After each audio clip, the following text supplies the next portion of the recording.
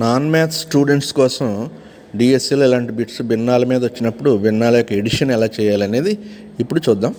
ఇప్పుడు ఇవన్నీ కూడా డిఫరెంట్ డినామినేటర్స్ కాబట్టి డినామినేటర్స్ అన్నిటికీ కూడా ఎల్సిఎం కొట్టుకోవాలి. ఎల్సిఎం అనేది కాన్సెప్ట్ మీకు తెలుసుకుని ఉండండి, లేకపోతే తెలుసుకుందాం నెక్స్ట్ ఇంకోసారి.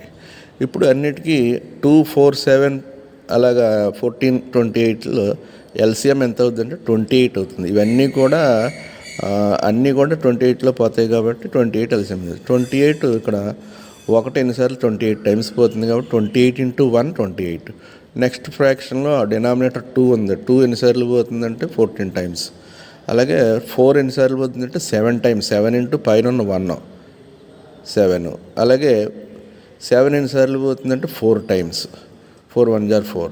14 ఎన్నిసార్లు పోతుందంటే 2 టైమ్స్. 2 1 = 2. 28 ఎన్నిసార్లు పోతుంది, ఒకసారి పోతుంది కాబట్టి 1 1 1. సో పై అన్నీ యాడ్ చేసేసుకుంటే ఎడిషన్కి సంబంధించి కాబట్టి 56 వచ్చింది బై 28. 28 56లో 2 టైమ్స్ పోతుంది కాబట్టి ఆన్సర్ వచ్చి 2 అవుతుంది. ఈ విధంగా చేయొచ్చు.